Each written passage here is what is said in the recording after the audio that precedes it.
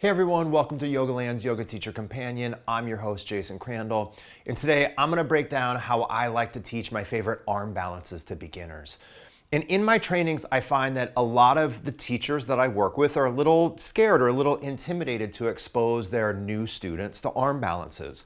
But the reality is these poses can be incredibly accessible and really empowering and beneficial for your new students. I recently recorded a podcast with Andrea on our main podcast called Yoga Land, where I break down the general concepts of both the benefits and the challenges of teaching arm balances to beginners. But what I want to do right now is I want to break down and show you how I like to teach these poses, and I'd love for you to learn from them and to share this information with your students. For those of you that want to go deeper in working with beginners, I have a really exceptional online training called The Art of Teaching Beginners. And this is also something that we cover extensively in my online 200-hour teacher training. So if you're interested in learning about any of those things, I'll put the information below. So without further ado, let's look at these poses. For new students, the most accessible family of arm balances are really the side plank family. There are 3 versions of side plank that I like to teach newer students with a couple of slightly different variations.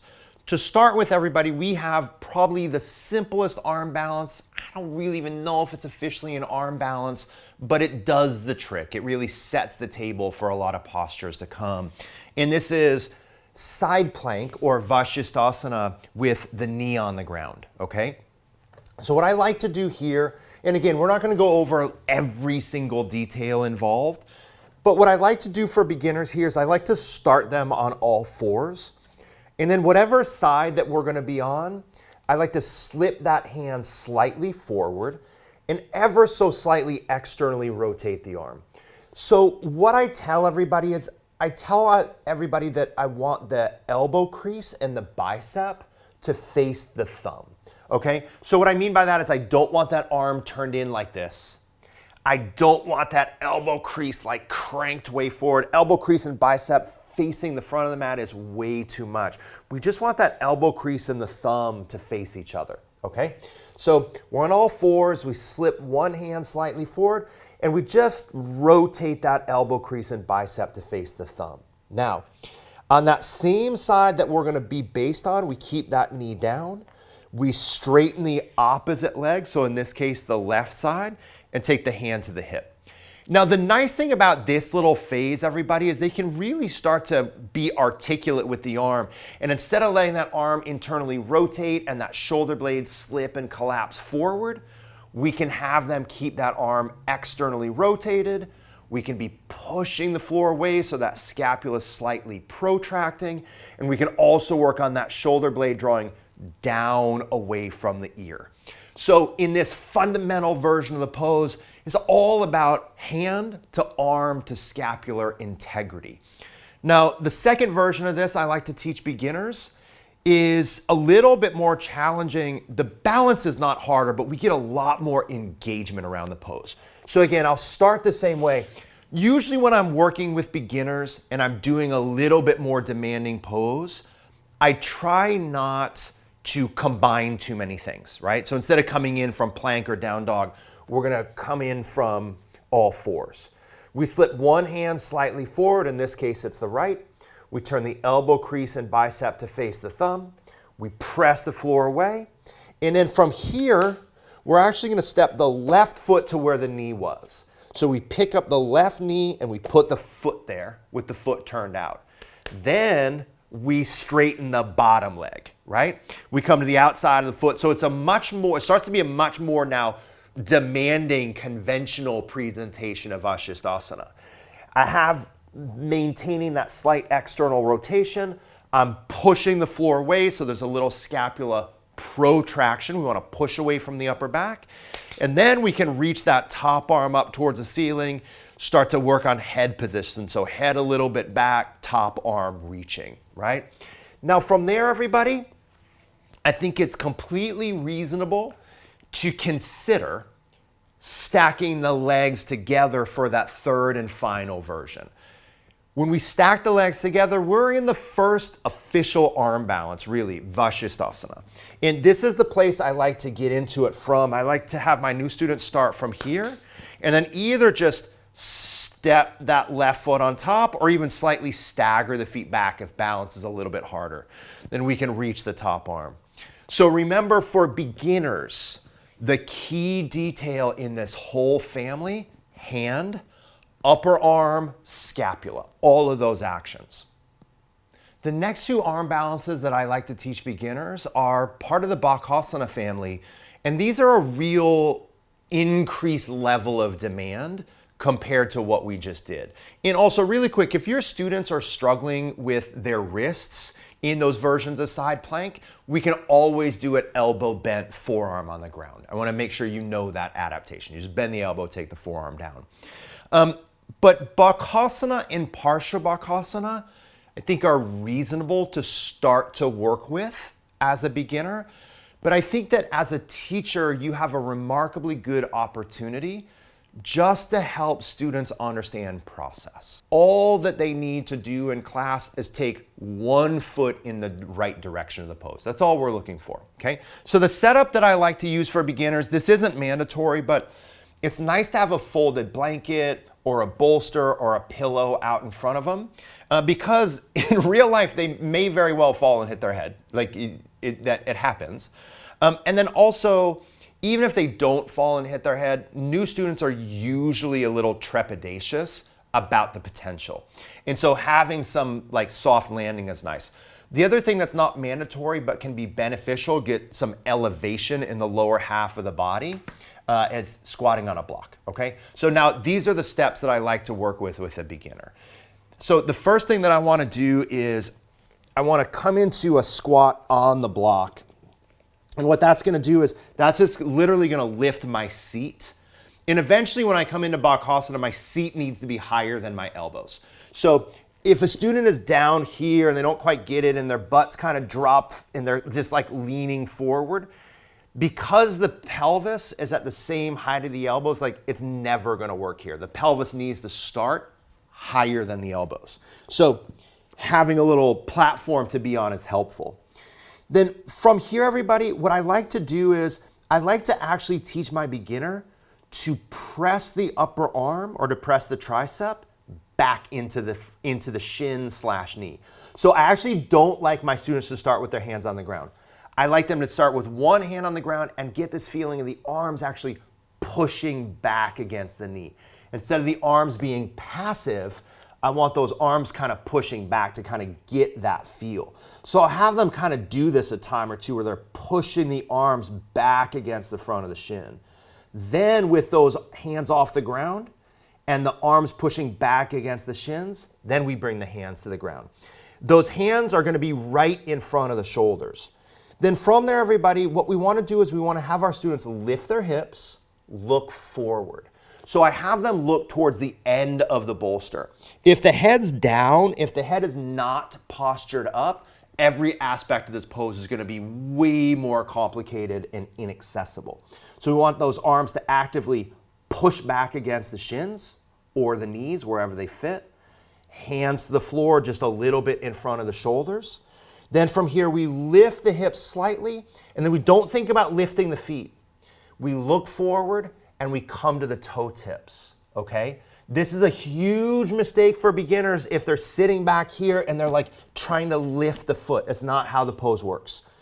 For a new student, what you have to understand is to get the feet off the block, you don't lift up, you go forward, right? And so all I want my new students at first to be able to do when they go forward is go from the ball of the foot to the tiptoes. If they get to the tiptoes, they are so there. They're right on their balance point. But if their hips are down and back and they're on the ball of the foot and they're trying to lift the foot, they're not really centered in the pose. That final phase, right? So we push back, we get the hands in front of the shoulders. We don't look down, we look forward. We don't think about lifting up, we think about going forward to the tip of the toes. And then if they get to the tip of the toes, then keeping those elbows bent, then it might be a simple little brief moment of lifting those toes up off of the ground, okay? Now for side Bakasana, Parsva Bakasana, I actually like the same setup. And I'm a little bit of a contrarian when it comes to this, but I don't really love the elbow going to the hip for new students or for any students for that matter. I think it's okay. I think it can be done. I'm not going to argue against it, but it's not what I'm going to show you, okay? So you're going to start with the same setup, but what you want to do with a new student, everybody, this is really key. You want to take the block and you want to turn it diagonal, okay? Like just trust me on this one. So one of the main things when you're setting up arm balances for beginners is you want all of the things in the right place. Don't worry about whether or not they can lift up. Just get all the things in the right place. And so what I mean by that is we actually want to squat on the block 45 degrees to the bolster. Because what we're going to do, everybody, look, what we're going to do is we're going to come here, right? We're coming this direction. We're coming towards the bolster. So I don't want a new student in Parsva Bakasana to just be putting the hands in random places. So you want to be oriented towards the front of the mat because that's where you're already oriented. You have to have people be like spatially engaged or they're going to get everything wrong. So we have the same setup as Bakasana, but we just turn the block and we squat. So we've taken a little twist, right? So right now I'm 45 degrees to the bolster. So now what I'm going to do is I'm going to bring my elbow to my knee, my right elbow to my left knee, that hand to the floor, the other hand to the floor. My hand is not going to my hip. And then from here, I'm going to do the same thing I just did in Bakasana, everybody. I want my students to understand they have to lift the hips, look forward, bend the elbows, and don't try to lift the foot, shift forward. It's the action of tilting forward. So getting a student to feel like they're tilting forward towards those hands instead of trying to just lift up, right? I'll briefly show you the pose without the props because sometimes with those props, it might be a little more confusing to your mind. So watch. When I set up for Parsva Bakasana, I want my hands in a specific oriented place already. So I go elbow to knee, hands to floor. And look, I'm facing the front of the mat with my hands. Then from here, I lift the hips, I bend the elbows, I lean forward, right? I'm going forward and that elbow and that hip are not together. If you prefer in your body going elbow to hip, I won't argue against it. It's valid. I just find with this setup, it's just as easy to go and keep that elbow a little bit more free. Now we have two poses from the push down and lift up arm balance family. And to be honest, when you're working with beginners, you kind of have to have blocks for these two. If you don't have a pair of blocks for each student, I would probably avoid these poses. I just don't think a newer student is going to get a sense of them. Some might, but it's really hard without them. So we're going to do Baby Lolasana and Baby Tolasana. So Baby Lolasana, you're on your shins and you're taking the blocks about midway between the knee and the hip next to you, okay? So what we do here, this is Pendant Pose. What we're going to do here is we're going to take the hands to the blocks. We're going to keep the elbows straight, okay? Now, sometimes if you were to practice this pose without blocks, you might bend the elbows at a certain point at the initiation of the pose, but it's just going to be easier if those elbows are straight the whole time.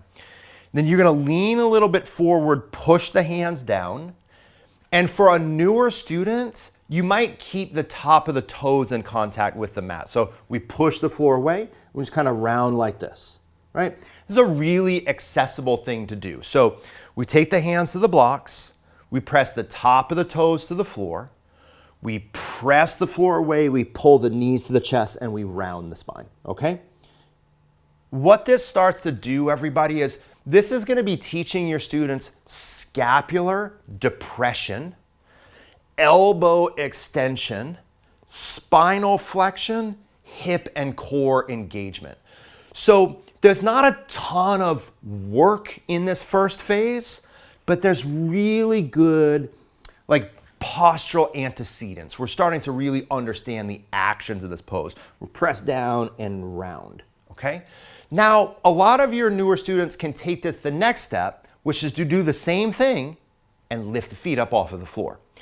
Having hands on blocks, again, makes it much easier than having hands on floor, but it's still a pretty big demand. So we press the hands down, we pull the knees up, and then from there, we can lift the feet and cross the ankles, right?